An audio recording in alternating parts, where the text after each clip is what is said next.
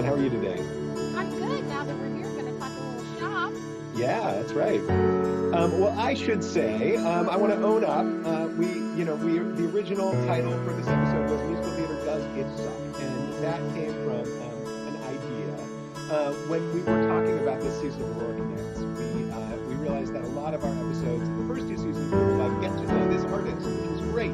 But we wanted to have some shows that were more topic-oriented and more, and perhaps even a debate. And we sort of were brainstorming around what could we debate? What would be a fun debate? And the debate that Dawn and I sort of have pretty often with each other is, and we sort of tease each other because Dawn is a big fan of musical theater and I am not. And so we thought, wouldn't that be fun to do an episode where we square off and decide what sucks? And it was pointed out to us quite fairly that this was a fairly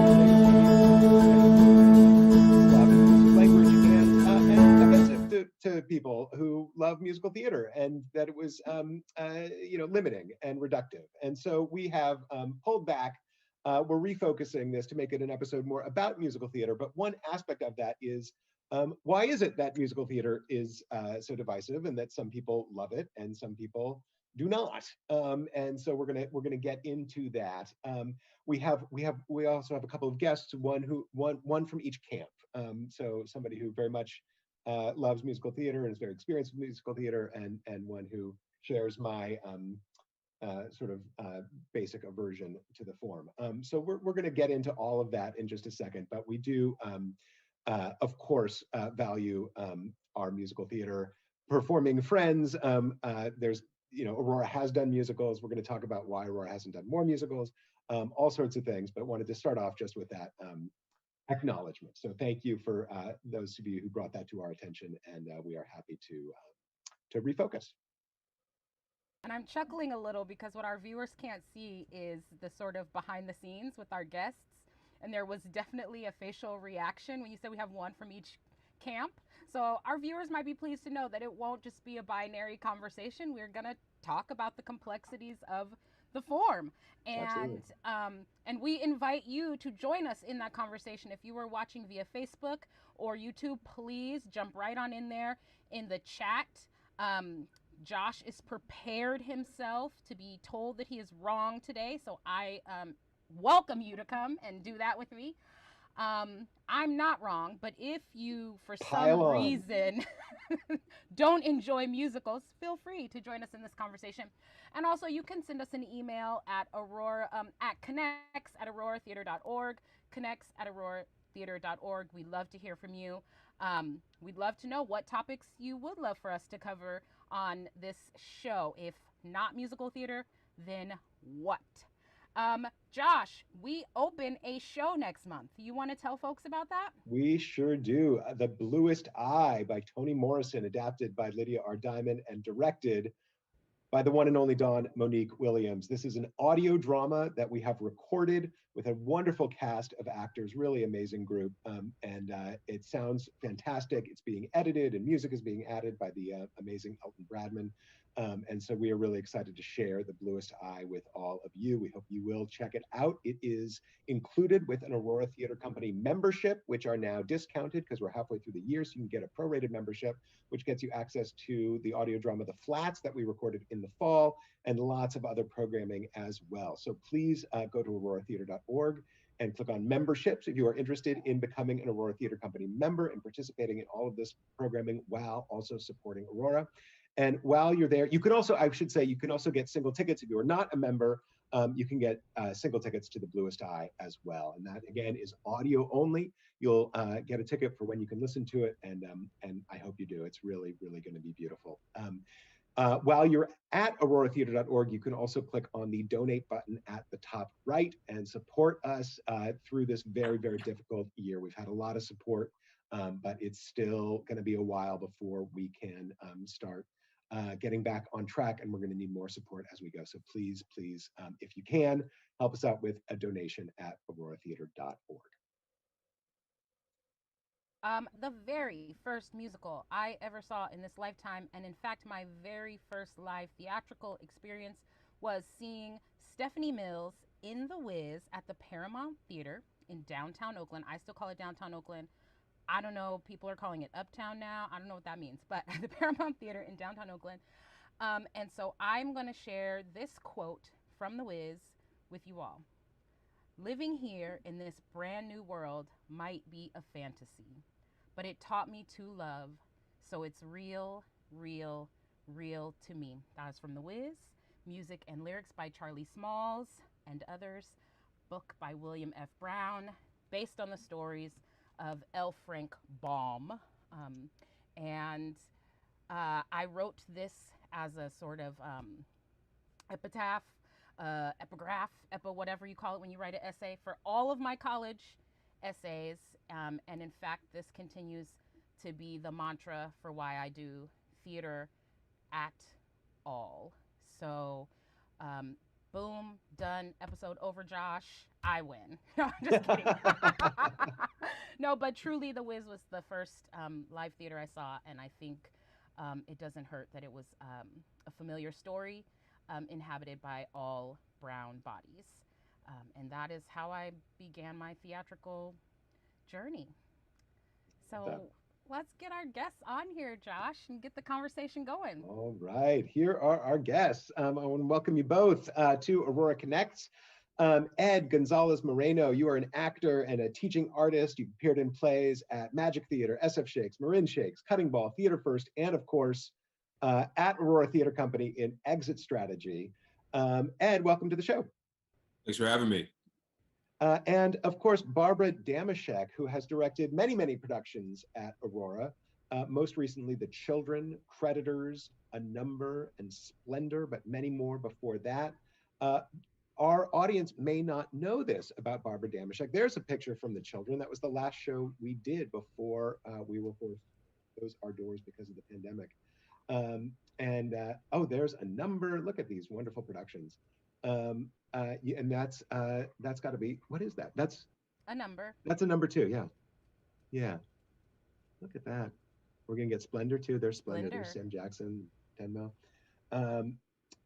You may not know this, Aurora audiences, but Barbara Damashek is also a very accomplished musical theater director and writer as well. Best known for Quilters, which received 6 Tony nominations. Barbara, welcome to the show. Thank you for having me.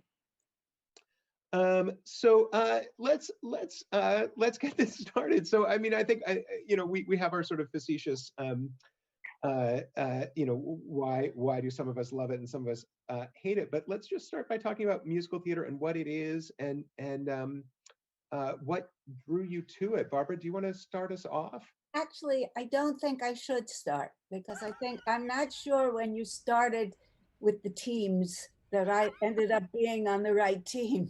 Oh.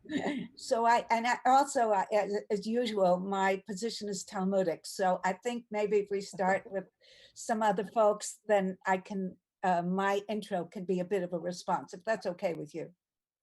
Sure. Well, Ed, tell us about your experiences with musical theater and your feelings about it.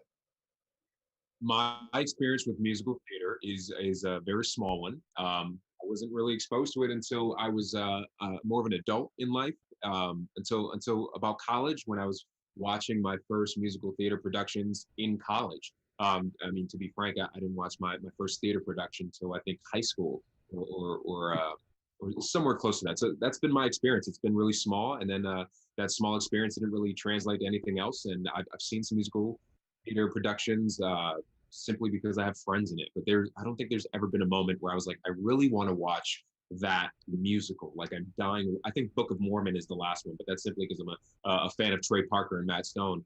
So it's a really small one. There's not much exposure there, and I think that's an even more deeply rooted conversation that I hope we can dive into eventually in this episode today. But it's a very small experience.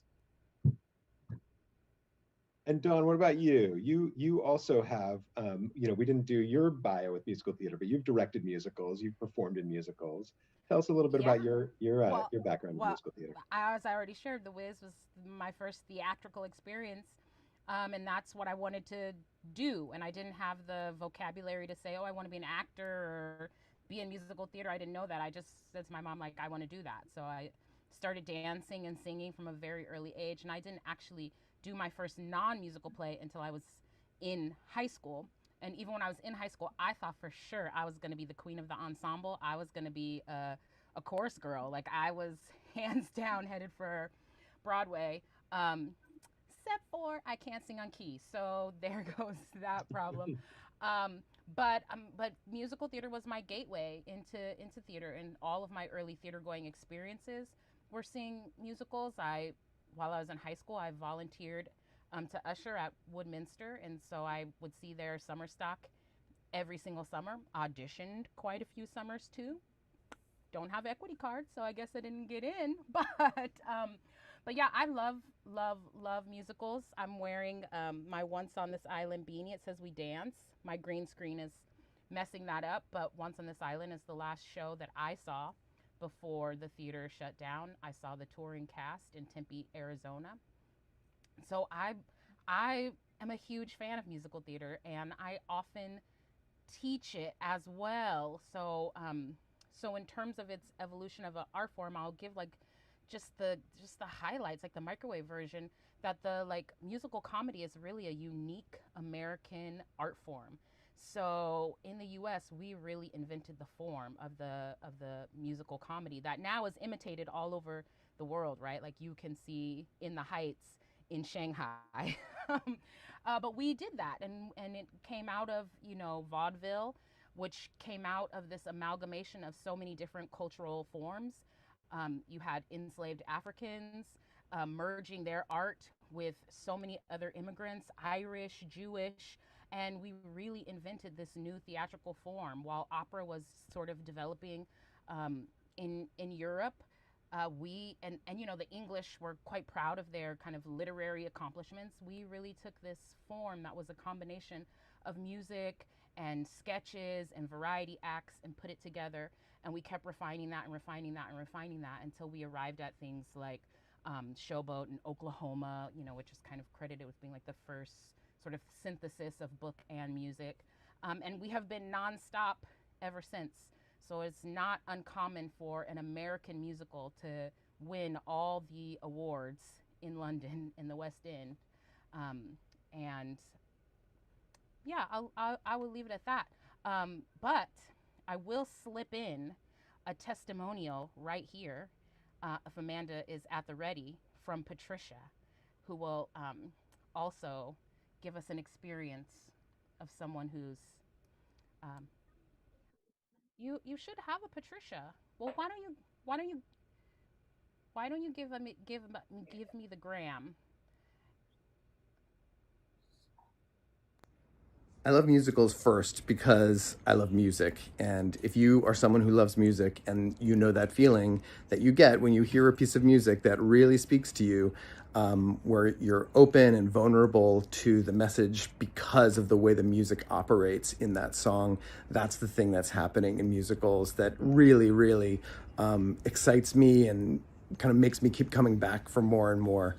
The other thing that I love about musicals is that it is like a combination of all of the different art forms where you're getting a synthesis of the visual art and the music and the acting and the story and the plot is all coming together. And it's coming together in a dense stream. You have the stream of information that you're getting from the music itself. You're getting the stream of information that you're getting from the plot, from the choices that the actors are making, and all of that combines to create this really extraordinary richness, which is just another reason why I love musicals. That is a member of our Aurora family, Graham, and I hope the viewers had audio because on our end we didn't have audio. But it was meant to be a testimonial, so it doesn't require rebuttal from us. But I will say that Graham speaks of his appreciation for music and how if you're someone who loves music, then there's sort of a kind of natural affinity for music in theater. And as we all know, music is a time art. It's an emotionally manipulative art. Music can immediately transport us to a time or place, tap into an emotion. So there was just someone in favor of musical theater, Josh, and because technically we didn't have the sound on our back end, I'll make sure that you get to check out all these testimonials when we're off the air. Thank you. Thank you. Yeah. No, I mean, I think that's right, and I think that it's interesting that I was going to use the phrase emotionally manipulative as well at some point today, because I do feel like I mean, my experience with music, I did musicals in school, and I'm a terrible singer, and I was very much the theater kid. But I always played either the like comic role that didn't have a song in the musical, the like dude who came in and did something funny, but that was it, or they found a way to give my songs to somebody else, or they had me speak the lines to the song without singing them in front of everybody else dancing. It was very embarrassing and quite bad. But I when I watch musicals, at times I'm caught up by it, right? Like I am swept up in the emotion of it. But I feel dirty when that happens. Like I feel like it's not earned. Like I feel like it's rare that, and of course there are exceptions to this, but I feel like so often it's depending on that emotional manipulation in order to land its point. And I feel resentful about it. But I think I also am not, I love music. I listen to music. I appreciate music, but because I am not musically talented, or there's some gene that's missing in me, I think that makes it so that I can't appreciate just purely the music in a musical. I sort of, without having the like genuine emotional connection that is often, I find, missing. I can't find it. But I think it may be something in me rather than something in musicals. Barbara is ready to go. Yeah, I mean, I have so much to say that I can't speak. I'm speechless. So I'm going to try to go back to the beginning and would say, in some ways, for me, music was my first language. And as a director, music is still my language. I still see, when I read plays, I hear them, and the rhythms of the plays speak to me. And the thing is that, the first play I ever saw was South Pacific. That really dates me.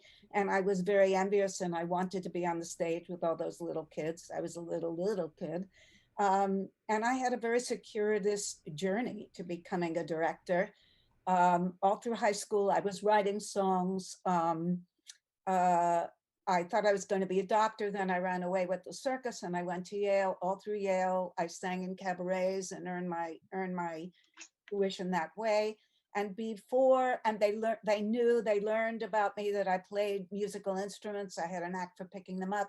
So every time they needed something weird, they said, "She shall play the instrument."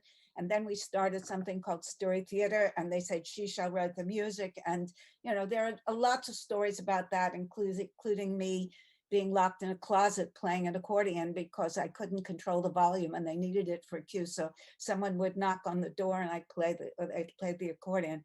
But many years later, when I was hired to head the musical theater program at San Francisco State, I wanted to change the title of the program from musical theater to music theater, because music theater is what I'm really about. Music and theater in any form that it takes. Music is a root form for theater. It's part of the basic ritual of what the theater is about. It's at the heart of what our Greek plays are about. Another way of saying this is, think of theater without music. Think of straight theater, Josh, without music. The manipulation you complain about bothers me extremely, and it also bothers me extremely in film. I mean, great filmmakers. Hello, like my name is Steven Patricia Spielberg Pipitane, and don't I'm here to trust moments that are going on without bringing in the very patriotic music. And I'm always watching thinking, this would be interesting in silence. I wonder what the characters are going through, rather than telling me what I'm supposed to make out of this. But I think the issue is this: the term musical theater connotes musical comedy. And I think I'm going to leave that to Dawn to speak for her enthusiasm for that form. That is not the form that I am most enthusiastic about. And I also don't think musical theater is one thing. I think it's many things. And I think since it's combining all these arts, that was the German word I was looking up, the Gesamtkunstwerk, and I hate to say this, but Wagner used it because he believed in the totality of art, that all of the forms should be happening together. Let's not talk about how he used it, but the point being that what interests me is strategies of putting the elements of music and theater together, different strategies. So musical theater, which connotes musical comedy, is when they tried to hire me, I said, if this is what you want, I'm not the person for this.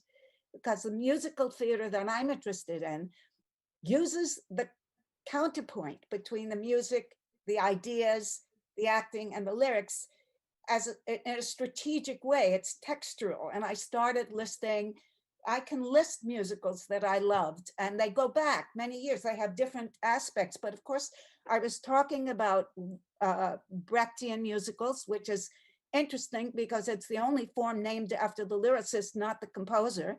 And the kind of the alienation effect in musicals, which has affected so much of what the avant-garde musicals are. And that's what I'm very interested in those. And I talked about Stephen Sondheim, who revolutionized what the American musical was because he changed the function of what the songs were about. They went internally. And I think Dawn is absolutely right. Our musical comedies roots are in variety show, minstrel show, all the various forms that were going on, totally American, generic American. But now if you come up to the present day, not only do you have a Hamilton, which we can talk about, but we also have Dave Malloy, we have Octet, we have, a cappella musical, we have SpongeBob SquarePants the musical. Not Peter. It's the one based on the German fairy tales. Shock-headed Peter, which is his puppetry, and you even have the Black Rider, which is William Burroughs, and all of this is part of the umbrella of music theater that is very precious to me. I think if you ask yourself, how many straight plays have you ever seen that don't have music in them? You wouldn't come up with very many. And, John Cage mentioned that silence is a musical concept, that anything is music. So if that's the umbrella of music, you can't have theater without it. So I'm a very, have a love-hate relationship with musical comedy. I love the ones that I consider successful, but not across the boards. But that's, of course, a very personal thing. And I could go through some of the giants and talk about what they contributed to our musical theater history. I mean, something like Bernstein was one of the greatest orchestrators, and he brought the element of symphonic music to the theater. And then some of our music, and Candide has made it not as a musical, not been successful, but been more successful as an opera. Music theater includes opera. It's a very, very huge category. And I think the thing to talk about is the dialectic or the dynamic or the strategy of the way the various elements are used in music. And I think if you accept that as the dialogue, then there isn't any theater without music.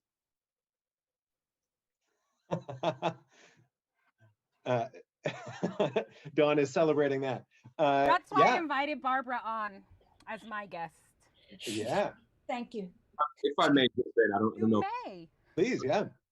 But Barbara, I think what you just said, first of all, was beautifully said. So thank you. And I think a conversation I had yesterday with a good Bay Area friend of mine and a Bay Area actor, Michael Ray, is that I have the utmost respect for musical theater and what it brings. I have respect for it, and I believe because I can respect it, I can also dislike it.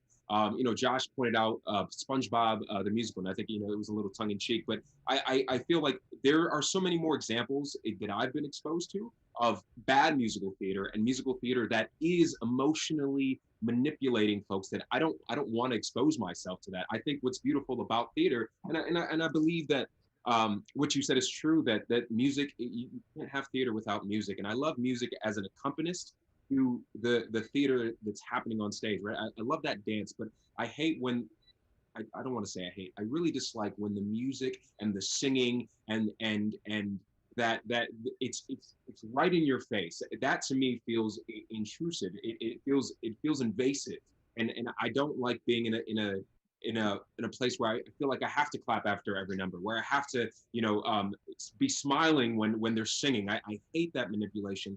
And also I want to throw this in here. I don't know if we're going down this path, but I want to go down this path. I'm speaking with three other amazing theater artists who have been ridiculously exposed to musical theater, and I think that is why I believe musical theater is as divisive as it is. And so if that's where this conversation is moving towards today, not that the musical theater sucks. Again, I have the utmost respect for every musical theater artist. You have to dance, you have to sing, you have to be able to act to a degree, right? You are an athlete on stage.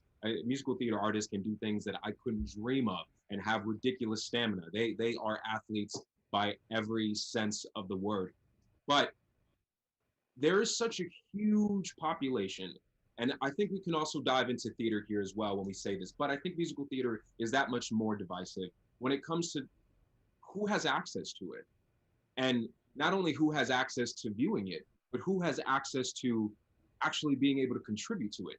Because I think there's a certain privilege, and again, this is the path that I'm going down for musical theater. There's a certain privilege to be able to be exposed to singing lessons, dancing lessons, acting lessons, and also being able to view musical theater. The only musical theater that I was ever exposed to growing up was Rent, and that's because it was coming out on DVD, right? It wasn't because I was able to go see it in New York, and I grew up in Connecticut, a 2-hour drive from New York. I could get to New York on a train ride like that, or a bus ride. And so I think there's a certain level of exclusiveness that musical theater that has been tied to musical theater from my point of view and from a lot of people that I grew up with, and I can enjoy it to an extent now because I understand what goes into it, but I was able to understand what goes into it simply because I do theater, and I have grown to know a lot of people who do musical theater. So that is where I think the musical theater is the most divisive when it comes to who has access to it,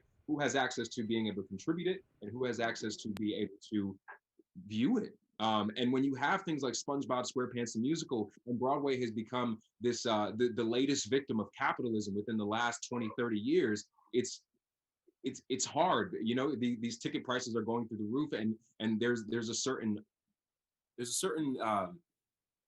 energy around it that feels like if I'm from this, I can't go watch that because it doesn't include me. It doesn't have my voice in it, right? We're still pushing towards that in theater as well, but I think theater is a lot more accessible for so many more people because instead of being able to sing, dance, and act, I mean, you only have to do one of the three, act, and you don't need the music. I've done plenty of theater, or I've done plenty of shows without music, right? Maybe there's a score that goes underneath, but I think that's so much more accessible than what musical theater has become and the spectacle that it has become, and the sort of exclusive energy that it's grown to have. And I don't know, that's my 2 cents about that, but that is where I have the biggest problem with musical theater, and yeah. I love that, Ed.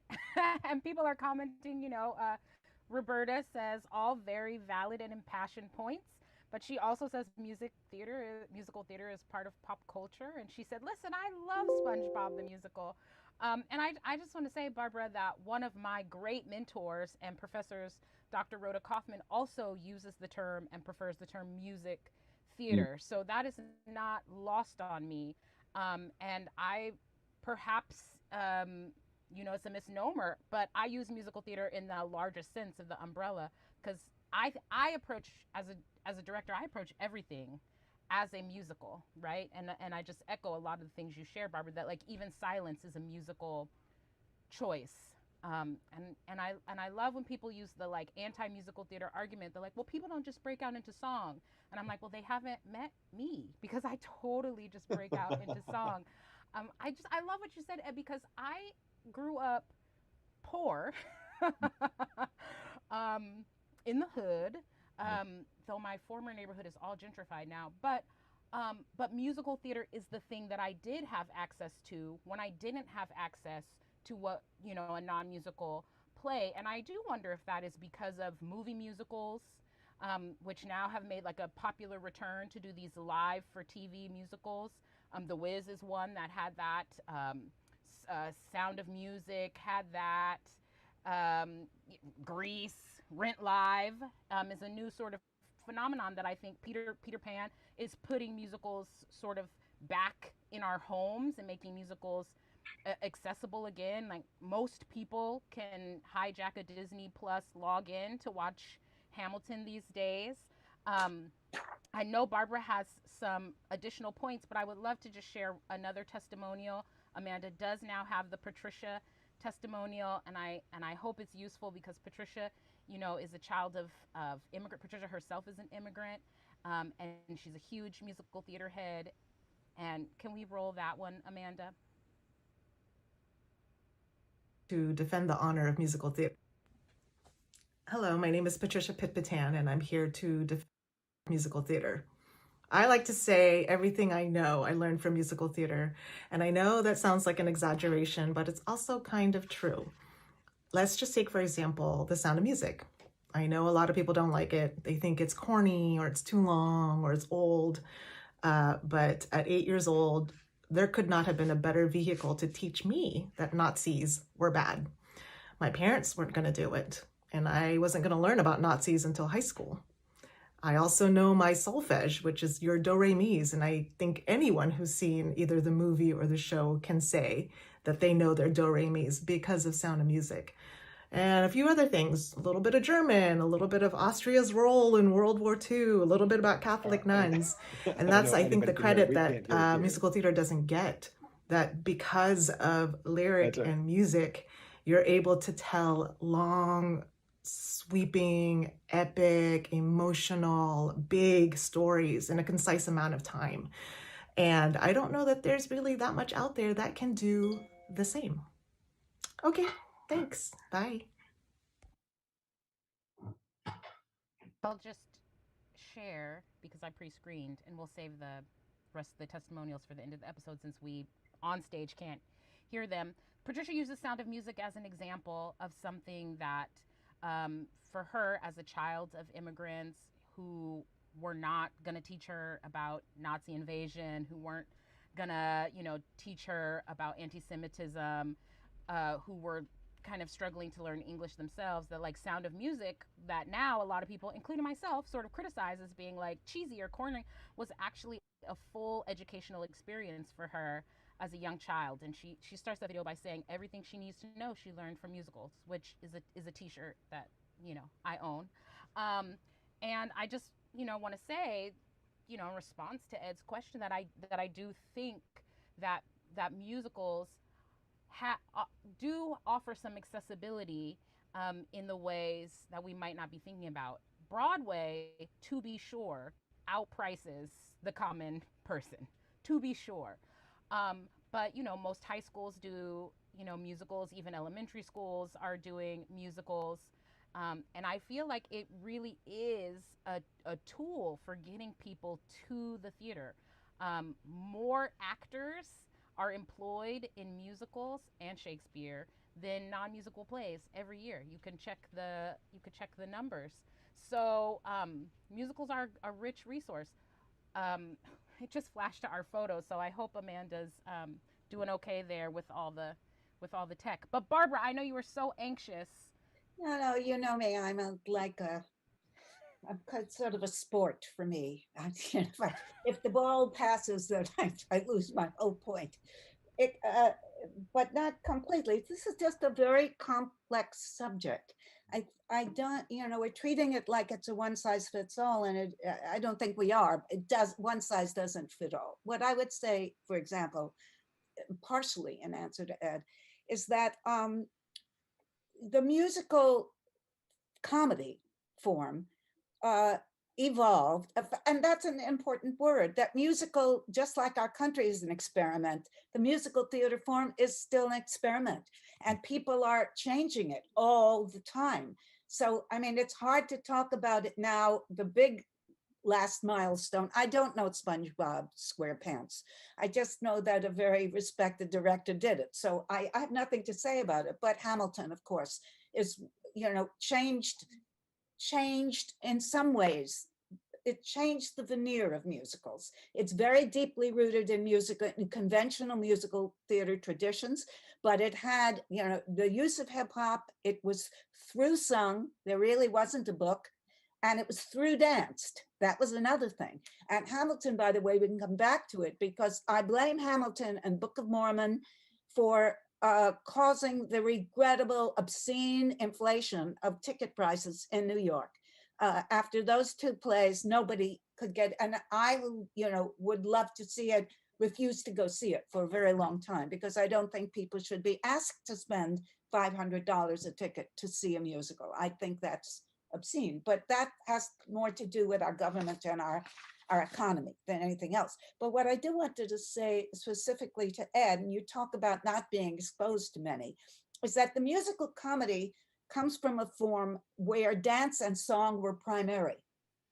That what the act, it wasn't, it was the variety show was the primary thing. So all the way through, I mean, Rodgers and Hammerstein revolutionized it because they added story. They added dream ballet. The use of dance was different, and it didn't go from number to number to number. And by the way, the manipulation that's in your face and asks you to applaud is also a musical construction. And there are a lot of musicians, composer musicals, who don't use that construction because they don't want you to applaud at the end of it. They want you to just work more, participate more in putting together the function of the song to what you just heard.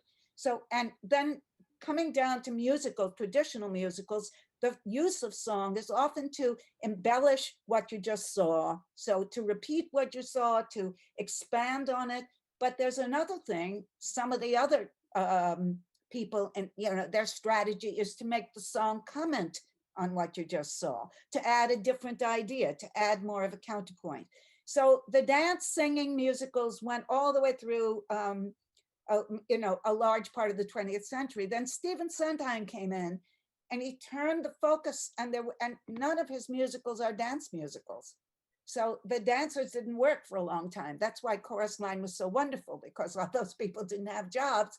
So then they invented their new form around that, got us to oral history. And by the way, most of my experience, a lot of it, I've written a lot of what I do that's weird is documentary musicals. They're based on oral histories. That was my use of them.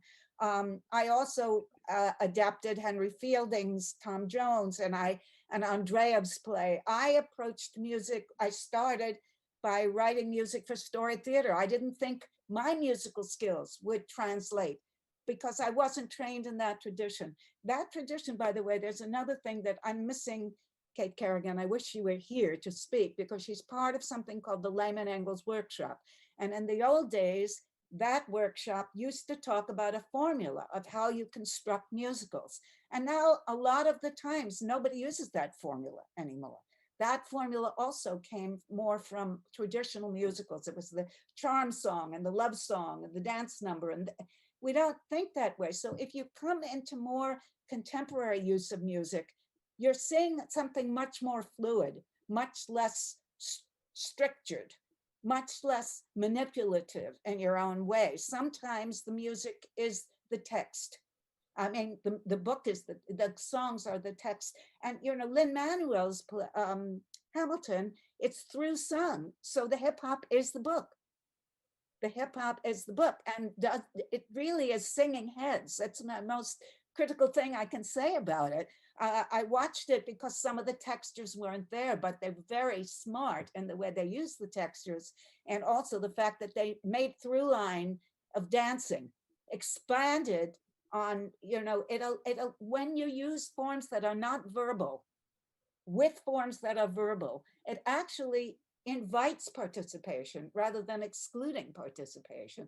But it all depends on how it's used. And I set out, as I was a counterculture musical writer. I didn't write the conventional structured musical comedies. I was interested in bringing myths to the stage and bringing narratives to the stage, different kinds of narratives, not just boy meets girl narratives and the kind of things that drove a lot of the early musicals. So I obviously, then I taught classes for years where my students wrote music, and I said, if I made everyone write songs, and that nobody, most of them could not play instruments. I said, just sing into a tape recorder. That's your song. That's all. It's just starting from the voice. It starts from the voice, and there's something about the use of singing and the use of sound that is the best thing to teach actors how to listen. And that's what I use music theater training for, which training for actors, where the acting and the story was the prime thing, not the musical numbers. The big takeaway, I think, is it's not a one size fits all, right? Because I'm a self-proclaimed musical theater head. I don't go in for Rodgers and Hammerstein. I don't go in for a lot of the things that we call like the golden age of the American musical, because I find them to be horribly sexist, horribly racist. Like Carousel is got to be my least favorite musical of all time ever. I'm just like, rah, stop doing it.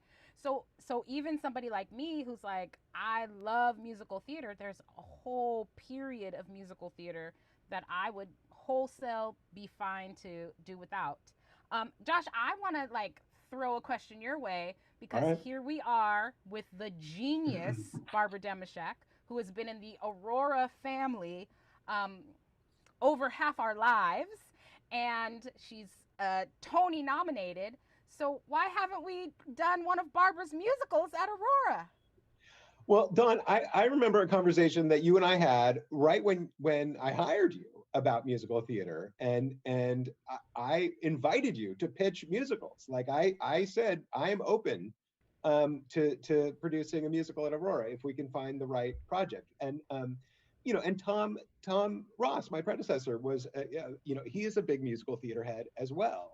And Aurora has done some musicals, some music theater. Sex by Mae West was one that he likes to talk about, and then of course in our cabaret slot as well, we've done plenty of music there. I think the big reason that Aurora has not done musical theater is just the scope, right? We can't have more than 8 people backstage at a time because our dressing rooms are so small. And so once you get into musicians as well as performers, actors slash singers slash dancers, that's pretty limiting into the number of musicals that would fit in our stage. And then at the same time, we also, we have, built up a reputation for doing theater that is very focused on language and nuanced acting, which I see Barbara making that face. I see it, which can be a part of musical theater, absolutely. But also there are many musicals that are not about the nuanced language and the nuanced acting. And what yeah. Well, look, tell me I'm wrong. I'm wrong. The thing is, there are many plays that are bad. We don't do every play in the world. I mean, yeah. And anyone who writes a play will tell you that it takes a long time to come up with what we recognize as a masterpiece play. You have to, we're discussing such generalities. I think one of the things that is an irritant here is in the musical structure itself. One very strategic, important question is why sing, right? If you're starting to privilege the play itself, that the play is the thing, and it always was for me. In fact, in my early life, my music publishers would say, Barbara, why do you always, your music always takes a back seat? Why do you, and also I actually did this other thing. I wrote music for the Theater of the Deaf. That's very unusual.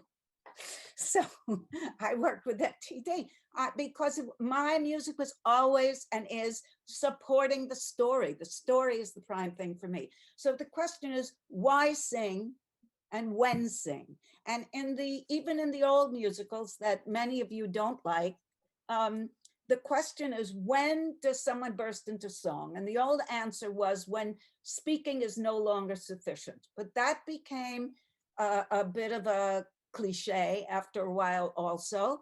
And I think people are constantly revising that strategy of why sing and when sing. They're asking, but that interested me always, because there was a dangerous moment when you had to go from speaking to singing. And I always wanted to see the seam there.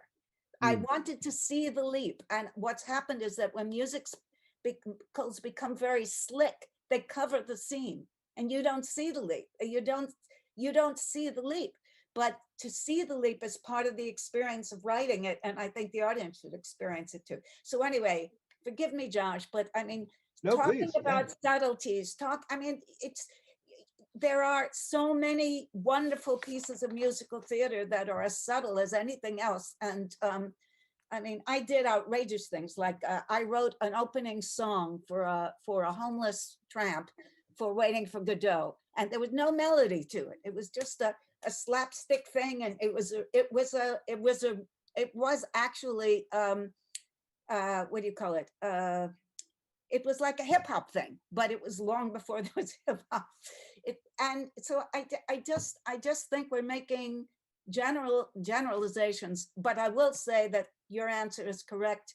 For me also, the main character in a musical was always the ensemble. And I don't think I ever wrote a musical that had an ensemble that was smaller than 8. And the last one I wrote, which was called Whereabouts Unknown, which was based on testimonies of homeless people. It's not the last one, but it's the last a docu-history musical I wrote, had 12 main characters and a chorus of clowns. And the main characters were all the homeless people who we had interviewed, and the clowns were us. So it was, nobody ever did it. It was like, after it was done at the Humana Festival and it got New York Times reviews, nobody ever did it. Because I wrote for the ensemble, because I think for me, it's that word, it comes back to that word of ritual, where all the forms belong in ritual. Movement, music, speech, whatever is part of ritual is part of the territory. Barbara, I think the way you continue to, sort of define the most, what's the word I'm looking, the way you sort of define how musical theater should be versus how it has been traditionally is beautiful. And I don't have as much experience when it comes to musical theater as the other three of you, mostly because I've just been turned off by it as opposed to seeking it. And so but what I have been exposed to so far, I don't see I guess the quintessential form that you're describing versus what I've been seeing. And so, you spoke earlier about expanding upon the moment. That is why we sing. And I don't want to, speak for you, but I heard that. So correct me if I'm wrong, or correct me if I'm taking it out of context. But expanding upon the moment. And I think there's something to be said, and maybe this is a taste thing, just about not having to expand upon that moment and letting the audience interpret what that moment is, as opposed to someone kind of hitting me over the head with what that moment is to them, and not allowing me to interpret what that moment could be. And it could be a million different things. If there's 100 people in the audience, it's 100 different interpretations. And I think a song sort of takes that from me, from my experience in the musical theater so far. But that's only in the old-fashioned musicals. I mean, that's really in the conventional musicals, or another way of saying it is in the commercial musicals, that's one of the strategies that's used. It's the question was, you sing when words aren't sufficient anymore, emotionally sufficient. But I agree. I think that device is used badly a lot of times. I think we're bored with it a lot of times. But there's no getting around the infectiousness of music. So whether you feel that you've been manipulated or you've been embraced has something to do with the skill of the musical. How good a musical it is. And I can recommend some contemporary composers who write differently, like Dave Malloy. I know Shotgun's going to be doing one of his, and definitely Kurt Weill. Look at a Kurt Weill, a Bert Brecht musical. Look at Shock-Headed Peter. Look at these are musicals that use music in a completely different way. They comment, they come out of the play, they explode the play, they take your concepts and explode them in a different, and I like that idea more than embellish. I'm not a big one for embellish. I think that I prefer when the music is used and provides a texture that isn't there already. But I don't want to, I don't want to, I recognize your position. And the thing I think that's surprising is I agree with you, but I do think we're talking about a level of skill here. Good musicals, wonderful musicals. I remember that one of my mentors, Robert Brustein, came and saw the revival of Chicago in New York. Chicago. And he said it restored my faith in the American musical theater, because the way music is used in Chicago, they use all those old conventions, but it's used in a wonderful way. It's wonderfully done. It's Brechtian. So, okay, I think I've said it. I love that. And I think ultimately, of course, there is a tremendous variety in music, and both in terms of style and in terms of skill. And I think for me, of course, what I have been turned off by has been the thing that we all agree is it's not well done, right? And I have let that color my perception of the rest, for sure. And I think I'm maybe, as somebody who is musically, inept myself, that contributes to it as well. That I have a harder time appreciating some of the subtleties that other people might really key into. But I also want to just point out something that you said that I just a connection that's happening in my head is, this idea that the character sings when words are not enough.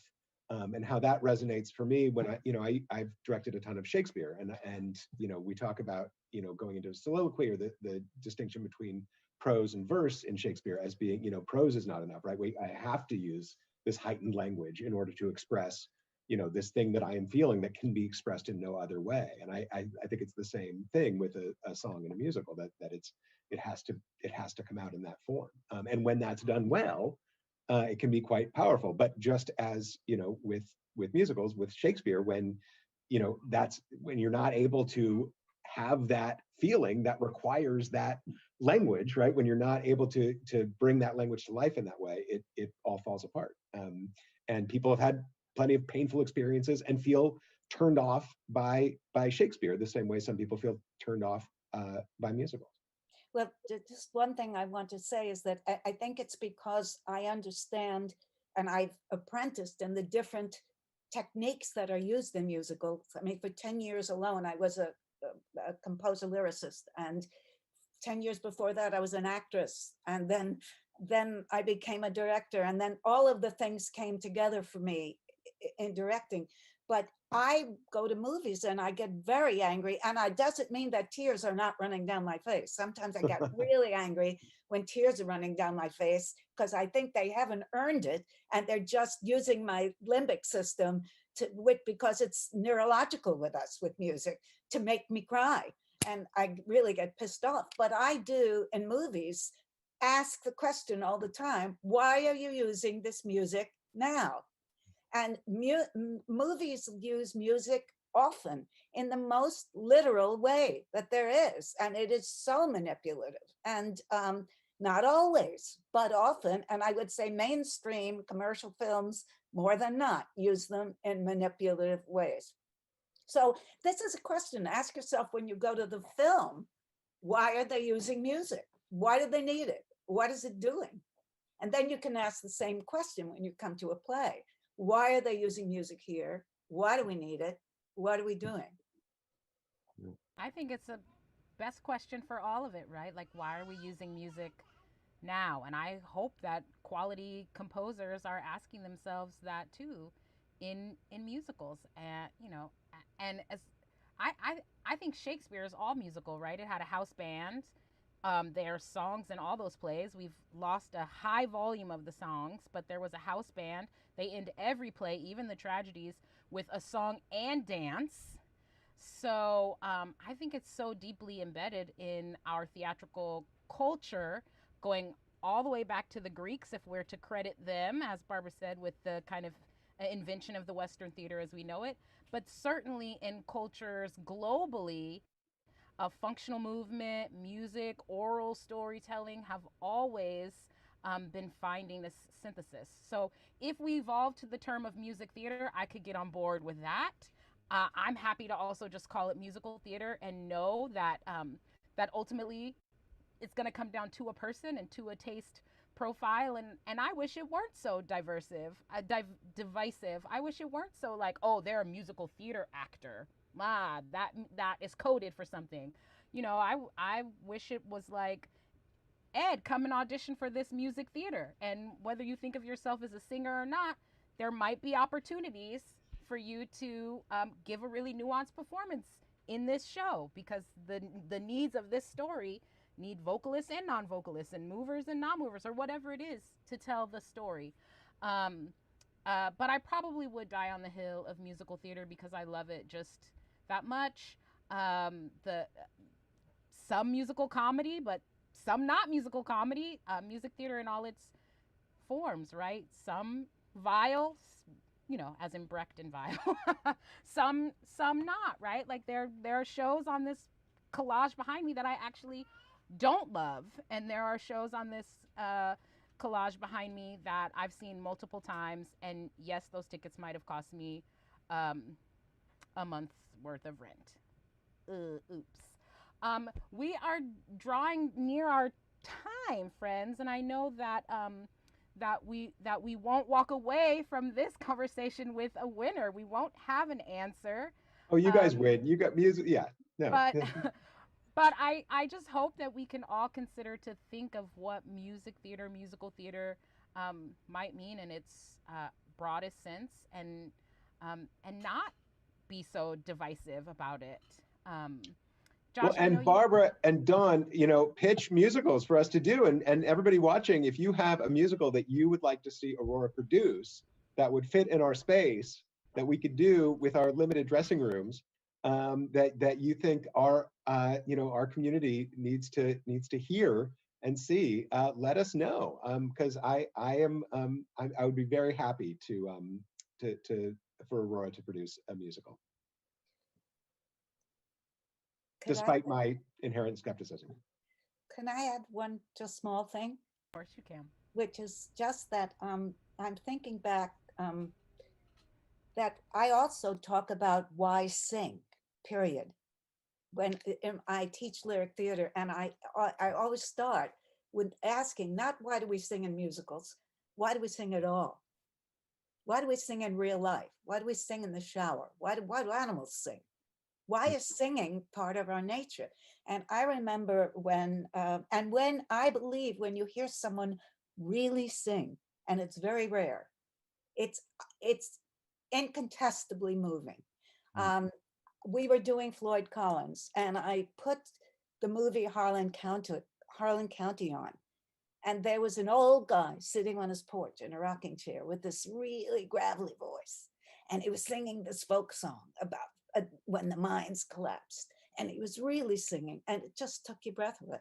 That's what I hope for the impact of an actor singing, rather than Pavarotti, who takes your breath away anyway because of his musicianship. But there's something that the actor brings to the singing that the person who simply, or not simply, the trained singer doesn't bring. Therefore, I think singing is a very important extension of the actor's instrument, whether they are a Broadway singer or not. And I think often, if they are not, they should be singing in plays, because there's something raw and natural and unmanicured about it that is intrinsically in touch with the reason we sing. And a very important man in the theater, Grotowski, it has a whole part of his training, and it spawned a whole new company that's all based on what he calls the original sounds. The sounds, it's not the word he uses, but it's the sounds that come out of you that are not mediated, that are organic and that have your fingerprint, just like your spoken voice. This is the worst thing that musicals do, is to colonize and separate itself from the theater. And it has no business doing that. We really own it, and it's really just an extension of your humanity. So really, you should start singing, Ed. Doesn't matter if you get I'll certainly start watching. I think your argument today is making me more intrigued about what that idealistic theater, music theater looks like. So I'll definitely start watching more, and hopefully I come across that. Well, I have a feeling that a lot of what I'm talking about is not that available on you might get it on YouTube in high school productions and things like that, but it's not necessarily the most commercial musicals. Disney took over Broadway in many ways with the musicals, and now where musicals live commercially is mostly in cartoons. And we should start to talk about musical cartoons. But no, what you're looking for is going to happen in a theater group, I think. It's going to happen in a theater company, and more so than necessarily on Broadway. Hopefully, Aurora. We'll see what we can do. Thank you both so much. This was a fantastic conversation. Thank you. Well, Josh, do we have advocacy this week? We sure do. So we like to give a shout out to another organization that is doing good work in our community. And today we're talking about the Representation Project, which is a leading global nonprofit organization dedicated to ensuring all humans achieve their full potential, unencumbered by limiting gender norms. They use documentary films, education, and activism to shift the public's attitudes and behaviors around gender in order to transform culture. They are at therepresentationproject.org. Great. And as Josh said, he wants you to tell him about musicals. So you can reach us at connects@auroratheater.org, connects@auroratheater.org. Pitch him your musicals, because I don't pitch him. He's going to find his way, I'm sure. Friends, a reminder, Bluest Eye, the audio opens April 9th. Single tickets are on sale, but you also can get a delicious prorated membership, which would still give you access to the flats, all 3 parts, and the remainder of our readings coming up this season. We have one coming up this month. We certainly have one in June. So that discounted membership is still good for the rest of our programming this season. And you can find that at auroratheater.org, where you can also make a donation to Aurora by clicking at the button at the top right. Dawn, what are we talking about next time on Connects? On our next episode of Connects, which is in 2 weeks, Thursday, March 18th, we are talking about casting, pitfalls, best practices, and racial justice. We will be joined with many guests, among them Bay Area casting director Dayna Martinez will join us for what we hope is another really insightful and rigorous conversation. Well, this was great. Thank you so much, everybody. Thank you, Dawn. Thank you, Josh, and thanks to our guests. As we go to the credits, Amanda, who is always behind the scenes with us, is going to roll a couple more testimonials. Until next time, friends, thank you for staying connected. Hi, my name is Roberta Insco-Cox, and I have had such a deep love and appreciation for musical theater ever since I can remember. Thanks to my grandfather. I think that's one of the things that I love most about musical theater, that it can reach generations of people, capture the attention of audiences young and old. And I think it does that through the magical storytelling of music theater. Music can capture deep emotion, as well as progress plotline and character, and it does it in such an efficient and effective way. You get to learn so much more about a character through musical storytelling. And as an audience member, you can feel that. You can actually physically feel the effects of the music and the words. I know that I feel it in my skin, in my bones. My heart starts pumping in a completely different way when I hear this kind of beautiful marriage of song, lyric, orchestration, and there's just nothing like hearing a really good singer kill a song. So if you need any further proof, I highly recommend that you go listen to the Waitress cast album, the singers, the songs, the storytelling in that, I feel like is theatrical and approachable. So that's my I love musical theater recommendation for you. Okay.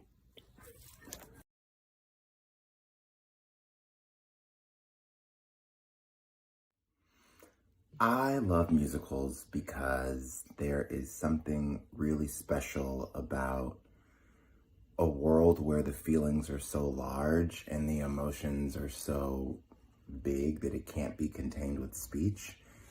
I love the idea that something can make you so happy or angry or sad or wistful, or you could want something so badly that you just burst out into song. I also love how accessible the medium is. I feel like children from ages 2 to 92 can start tapping their toe, and that's something like a melody gets stuck in your head.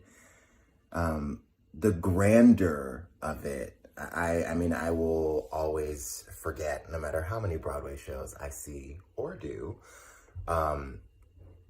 the first time I saw Oliver in 3rd grade, and just like seeing people do those barrel rolls and like tossing boxes and them singing Consider Yourself, and yeah, there's something really special about musicals that sort of just transcend storytelling and unlock the inner child in all of us. I could go on, but musicals are awesome.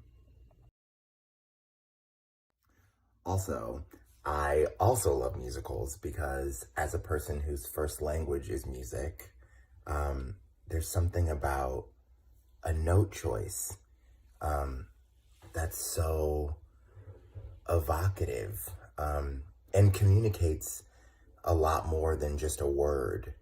You know, I think even that phrase, when I think of home, I think of a place where there's love overflowing. I mean, you can't talk that. I mean, you can, but nothing else does that. Nothing else does that. Nothing else does that. I mean, yeah. Somewhere over the rainbow, way up high, in a land that I heard of once, in a lullaby. Words can't do that. Words alone can't do that. You need a musical. You need a musical. And yeah, sometimes the shit can be cheesy, but I also feel like everybody loves cheese.